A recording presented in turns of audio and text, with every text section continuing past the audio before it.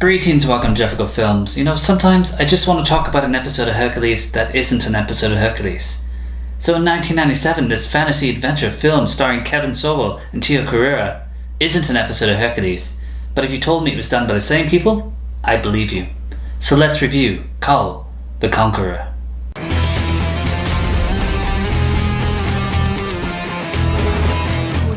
This movie starts out with fire, and the scrolling text set up the world, narrated by Kevin Sorbo. It's really long.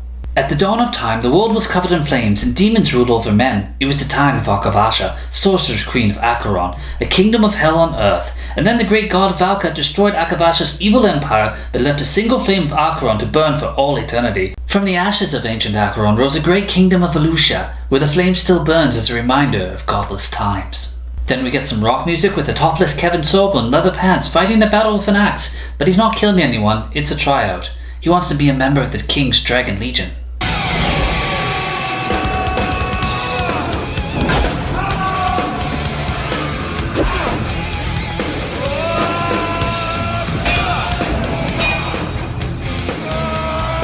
The soldiers are tired of getting their asses kicked, so the general says there's one more test. You must fight him blindfolded in the water with flame swords. Kull loses, and then he introduces himself and faces noble racism. You're wasting your time here. Every man in my legion is of noble blood. My blood's red as any man's. A scout calls for the general to return because the king is slaughtering his heirs, and they ride, and he confronts the king, and Kull shows up for some reason, and interjects, and ends up killing the king. Everyone argues over who's going to be king, but then the dying king gives Kull his crown. Right place, right time. And then we get the comedy of Kull learning to be a king, and he gets to see his harem, where he sees Zaretta, a fortune reader he has met before. Then he gets bait by two women, and Zaretta shows him the cards. We learn that he was a pirate, that he has a quest and a love to find. The fate of his kingdom will be found in a kiss. And then we get some learning moments for Sorbo, the great king. I do not take women against their will. As long as they come to you on command and not by choice, I will, you know. I'll do my best to satisfy you in the bedchamber now. But do not mistake compliance for enthusiasm. Kull tries to free his slaves, but his royal eunuch tells him there are laws in place for men to own slaves. Then he goes for a ride and he frees Escalante, who's a priest of Valkia, who's being whipped. Next he gets attacked by three men and his general kills one of them, but he has this look of disappointment like he was going to question him. There's still two more. You didn't kill them all. Kull decides to free Zaretta, but she chooses to stay. She wants to help him. General Talagado and some friends were summoned by Anaris, a wizard who worships the flame and intends to help them slay the king. He actually digs up Akavasha and takes a vial of blood and puts it on a knife into the flame. Some weird shit happens to the moon and then he puts the flame to her lips. She rises and gets hotter. He explains the world has changed during her long sleep. The next day Kull meets all the nobles' daughters to find a wife. Fanara from the house of Bolin, as pure as virgin snow. We've met. She's not that pure. Only two girls, as Akavasha seduces him with sorcerer's whispers. Nelissa, niece of Dugalon, came to pay homage, sire. My lord, the others. There are no others. Before they consummate the marriage, Zaretta is called to read the fate, but Akavasha distracts her, but he still pulled the death card, and the priest has an affinity for boob tattoos and recognizes her.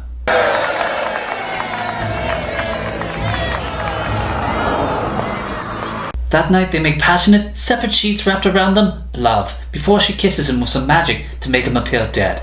And then she blames Zaretta because Zaretta had scratched his arm earlier trying to get his attention.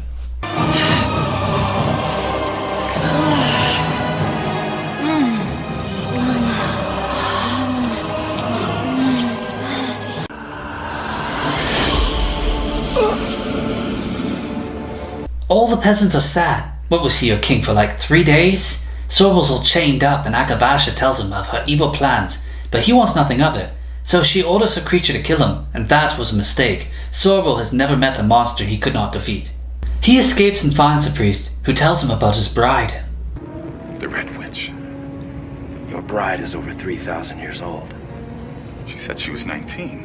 They sneak back into the castle. Zaretta's gonna get burned alive, and he puts on his funeral outfit. He also gets pissed on by a camel, and it's a running joke because everyone can smell the piss. They manage to free Zaretta, and the queen's quite impressed. Why wouldn't you be? It's Kevin Sorbo.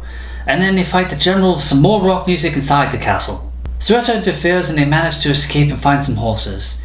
The general's pretty upset about this and he confronts the Queen, who steals the Star Wars line. That was not part of our pact.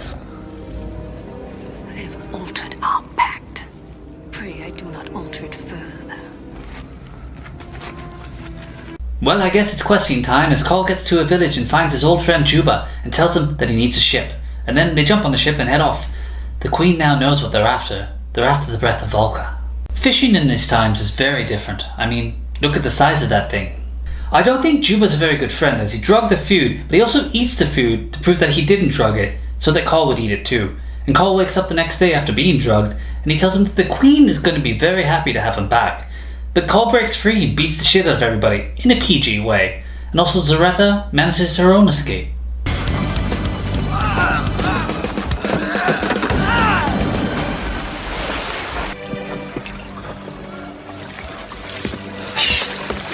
Where the hell have you been? Kull sails under a soft summer night and makes love to Zaretta, who also turns into Akavasha.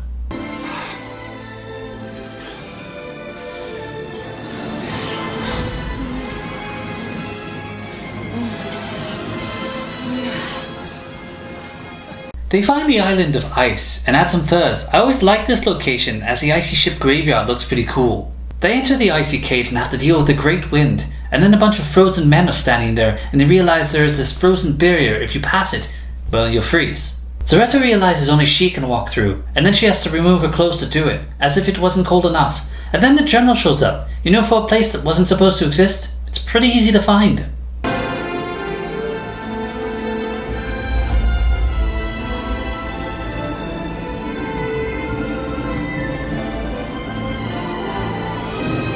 General Talagalo and Kull battle as Zaretta begs the god Valkia, and then the wind stops as she has absorbed the breath of Valkia. During the battle, the place begins to collapse and the priest decides he's going to interfere, and he doesn't fare too well.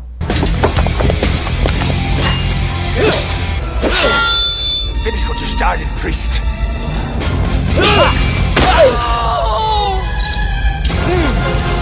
The ceiling lightly collapses, leaving Kull and the priest behind them as the general plans to take Zaretta back and put her in the flame.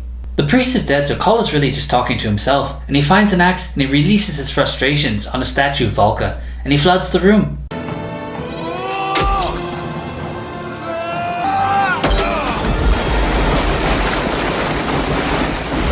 The icy cold waters and dead floating crew are no worries as the general left him a fire to warm himself by. Good luck sailing it though. One of the cousins is angry that he's not getting the throne, so he gives it the old cultist try.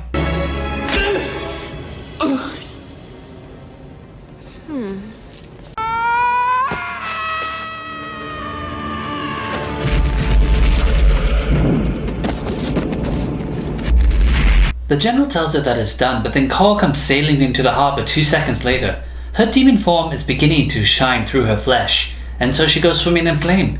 The general brings Zaretta there and tries to throw her into the flame before Kull shows up and they battle again. Kull has an axe this time, but it is a dagger that decides his fate. You're still a barbarian, Kull.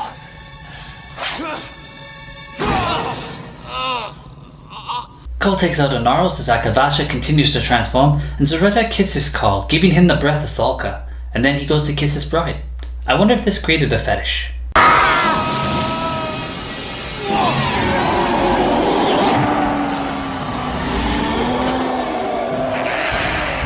The general's still alive, and Kull gives Zaretta a haircut.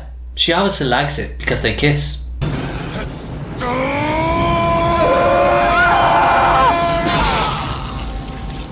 That's how a barbarian fights. Before being crowned again, Kull decides that he's going to free all slaves, and wow, Zaretta got another haircut. That's always a sign that she didn't like the one you gave her. Well, the end. Don't kneel to me. I should kneel to you, my queen. This had a budget of 20 million and it made 22 million, but really, who else were you going to get to play Kull in the 90s? Originally it was supposed to be the third Conan, but Schwarzenegger wasn't coming back, so they changed it to Kull. It was produced by Raffaella de la Torres, She did both Conan's and Dune, the daughter of Dino de la Tours, who produced so much gold. It was based on the comics, but pretty loosely, but it never lags. It has really good pacing. It was filmed in Slovakia and Croatia. This should have been rated R like Conan with some blood, violence, and nudity. Also, he wasn't even a barbarian in this. He was just TV Hercules. This could have very easily just been an episode of Hercules. A common girl, sir. The woman I love. But my liege, she's In the end, if you're looking for a hardcore sweet action sword movie, move along. This totally should have been like the rebooted Conan. But you know what? Pretty girls, Sorbo is Sorbo. So it's still a very watchable adventure film. Well, as always, thanks for watching.